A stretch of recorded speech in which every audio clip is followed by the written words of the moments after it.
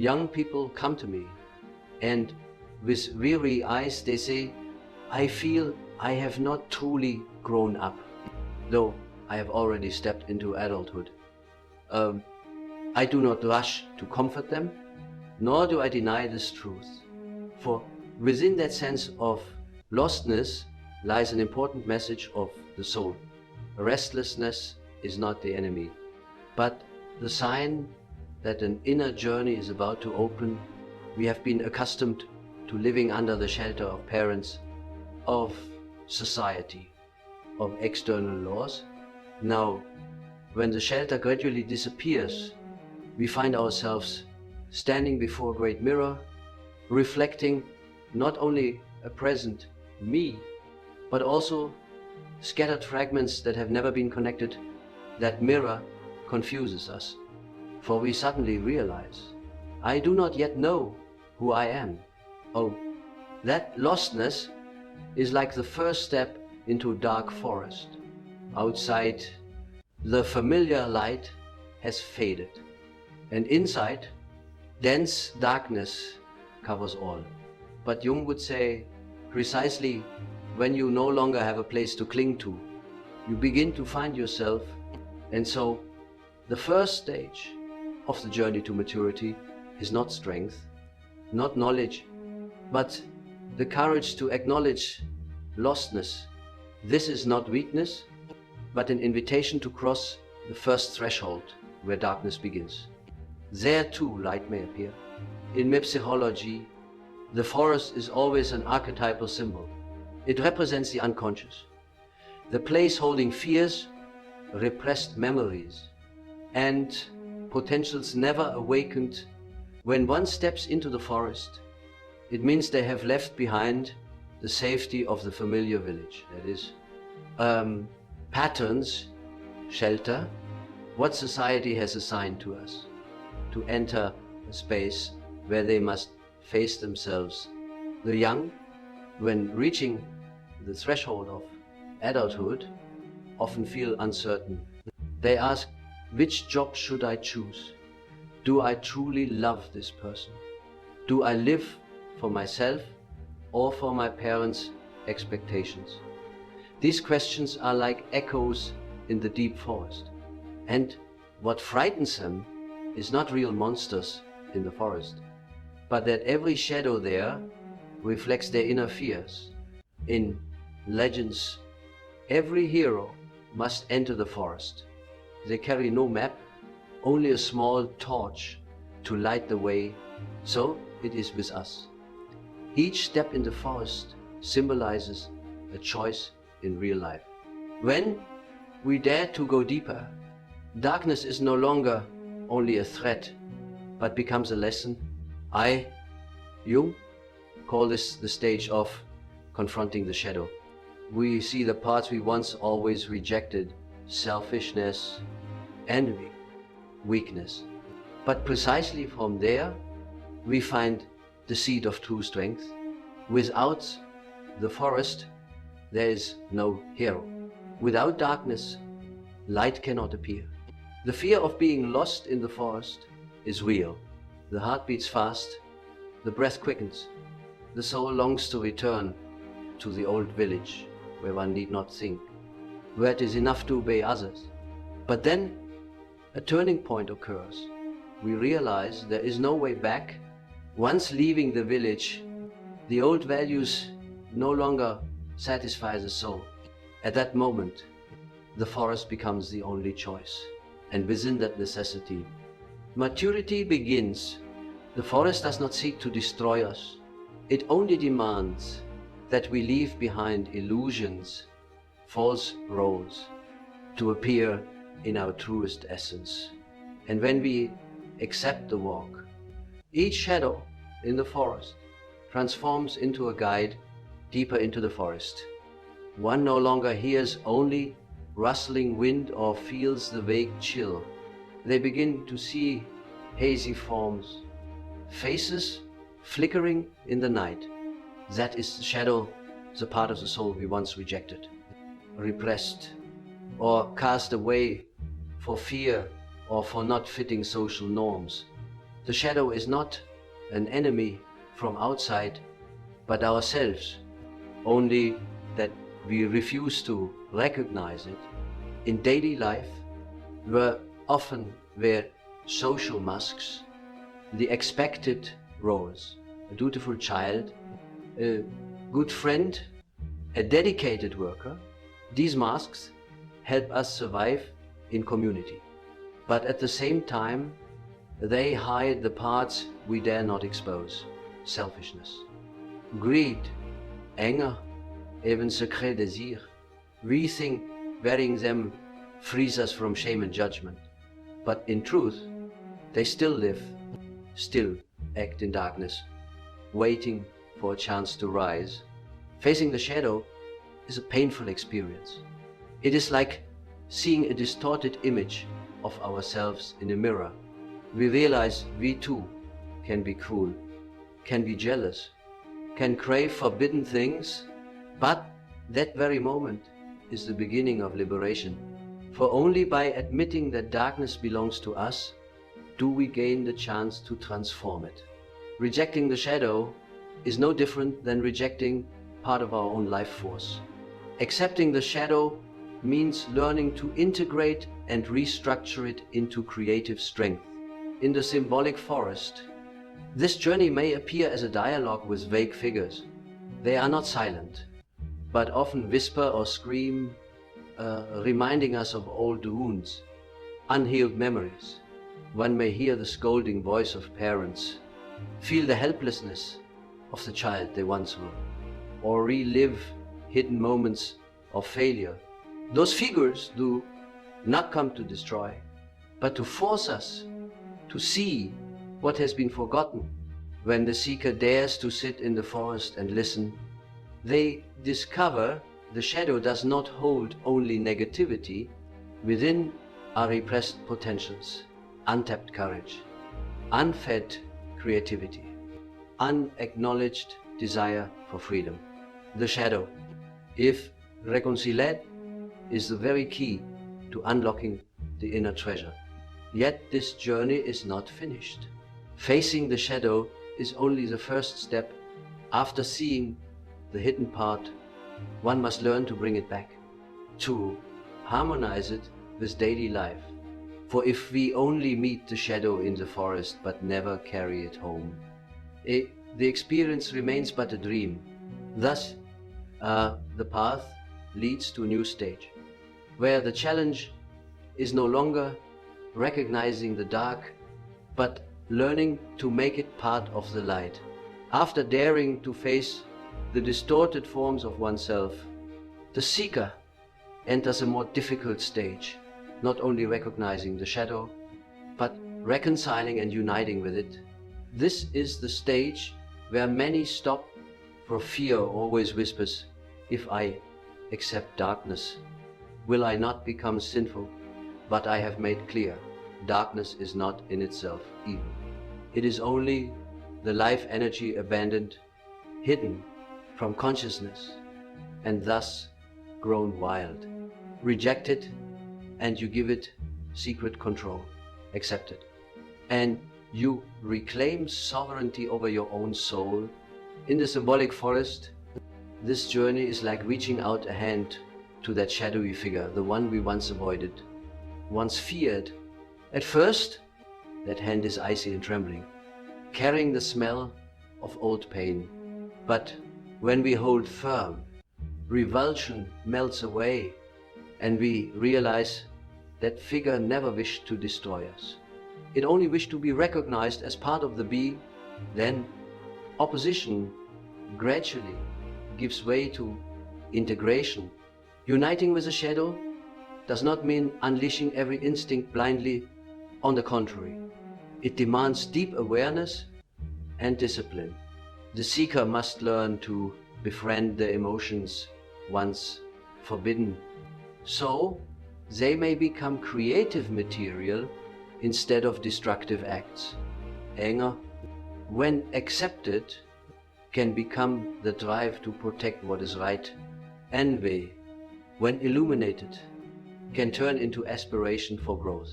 Even great, when recognized, can become a fierce desire for life.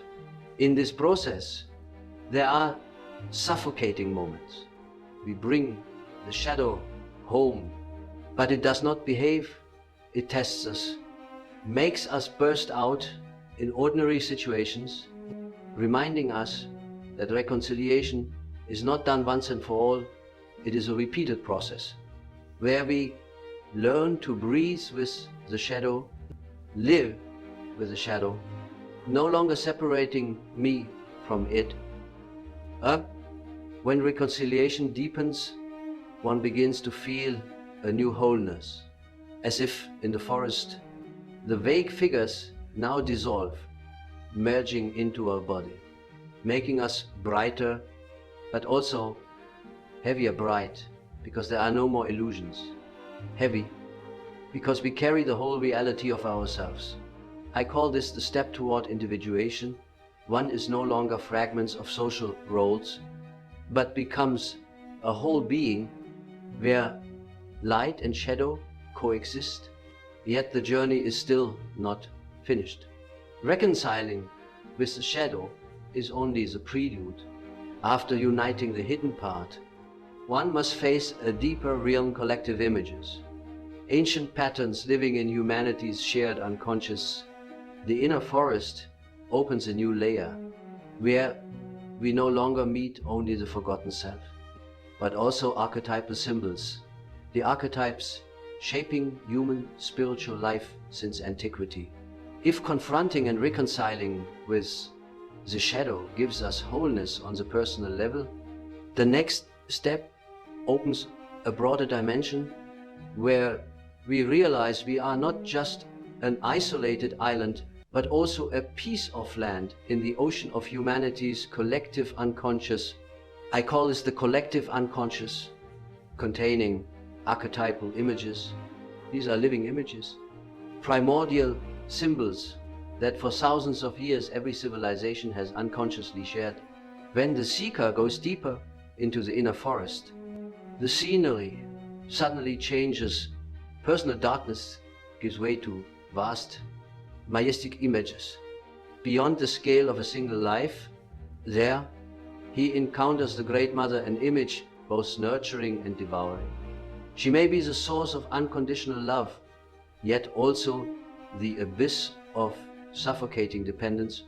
Then he sees the hero, the one who charges into battle, overcomes beasts, symbolizing the human longing for conquest and the will to surpass limits. And there's also the trickster, half playful, half destructive, reminding us that no order is eternal, that life always needs flexibility and freedom. These archetypal images are not mere products of imagination, but deep structures of the soul, shaping how we experience the world. When we love someone, we often unconsciously project onto them the image of mother or father within us. When we long for success, we are walking the path of the hero. When we fail, we may encounter the trickster, reminding us that the journey has never been straight.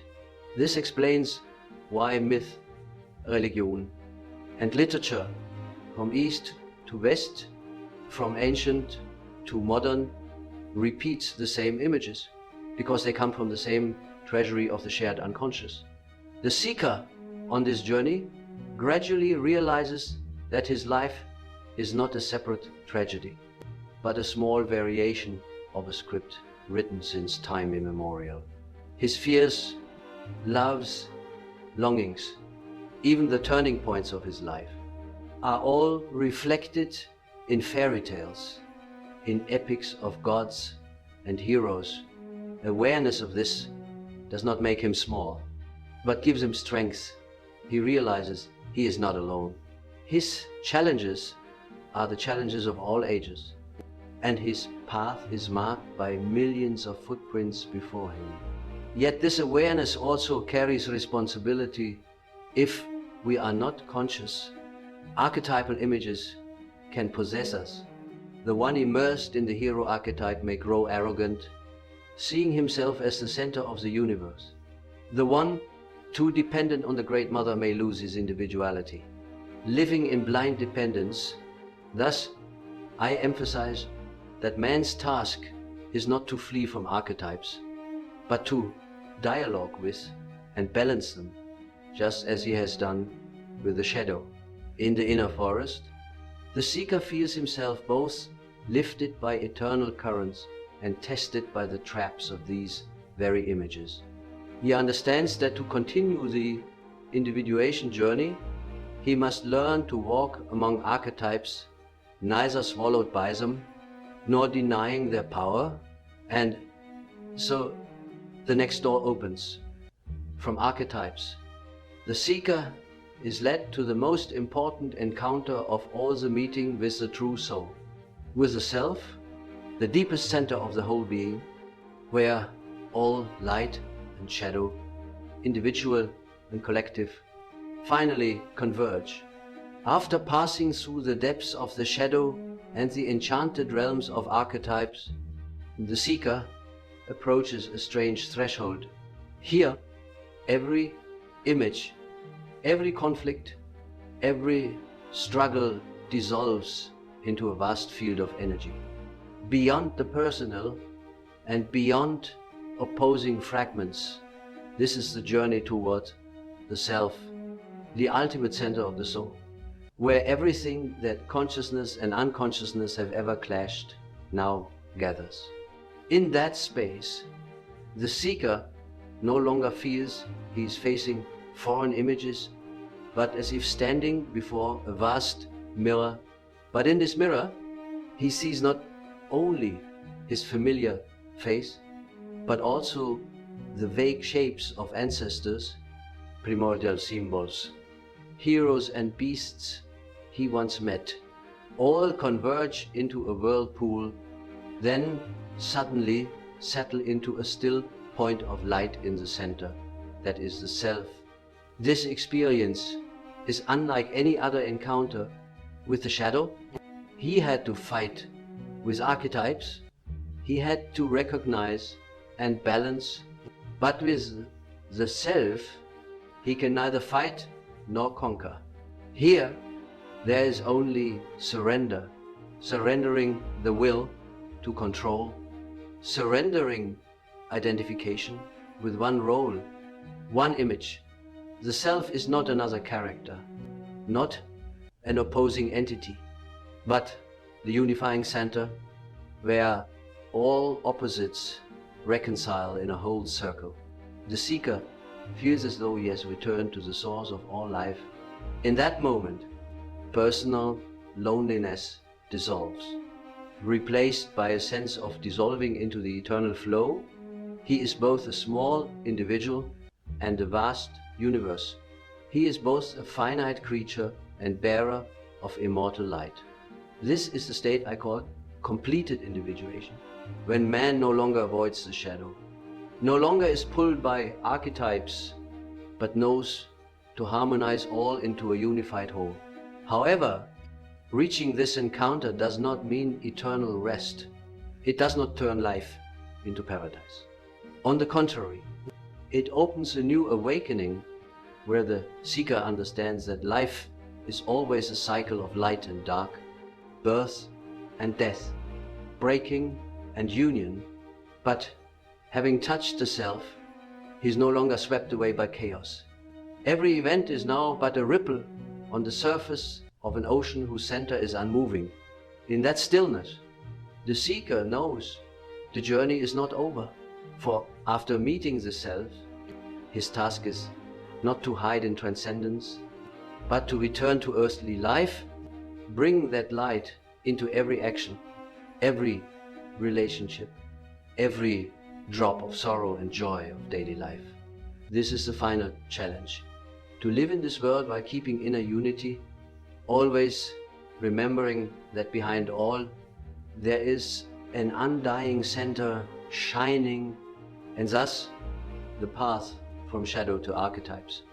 Then from archetypes to the self is not a closed sequence of stages, but a circle. The seeker completes the circle only to realize that from the center, a new circle opens again. Individuation is never a fixed destination, but a living process, renewed in every moment of human life. When the seeker has touched the self and experienced inner unity, he does not remain in that stillness as one dwelling in paradise.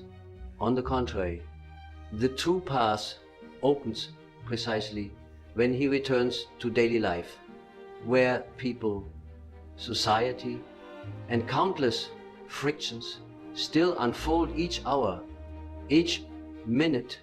This is the ultimate trial: how to keep inner light while entering the marketplace, how to carry wholeness within into the imperfection outside. The seeker realizes that in every simple conversation, every seemingly trivial relationship, the presence of the self can be reflected as in Luke, a word unmasked by falsehood. A gesture born of compassion, all become means to live the whole in every moment. Ordinary life is no less mysterious. For precisely in small things, the light of the eternal center is tested and affirmed. Yet, returning to life does not mean the seeker will now live in absolute peace. Around him are still those who have never faced their shadow, never once dared to look into their own pain or brokenness. To them, he may appear strange, sometimes even a threat to the beliefs they cling to. The seeker understands that bringing light back to life also means accepting misunderstanding, opposition, even loneliness. But unlike before, he no longer fears, for now loneliness too has become part of the whole circle. On this path of reintegration, he also learns there is no need to preach truth or force others to awaken. Every person has their own journey, and awakening can only blossom from within them. His task is only to live as a living testimony, so that his presence alone may open others. Not lofty words, but the wholeness of daily life is the most sacred language, and so, amid the noise of the marketplace, the seeker walks each day carrying the memory of unity. He knows that though the outside world is still full of turmoil, deep within there is always an unmoving center shining. That peace does not draw him away from life, but allows him to participate in it more fully, more deeply, more humanly. And that is true rebirth, not leaving life, but returning to it with eyes washed clean in the light of the self.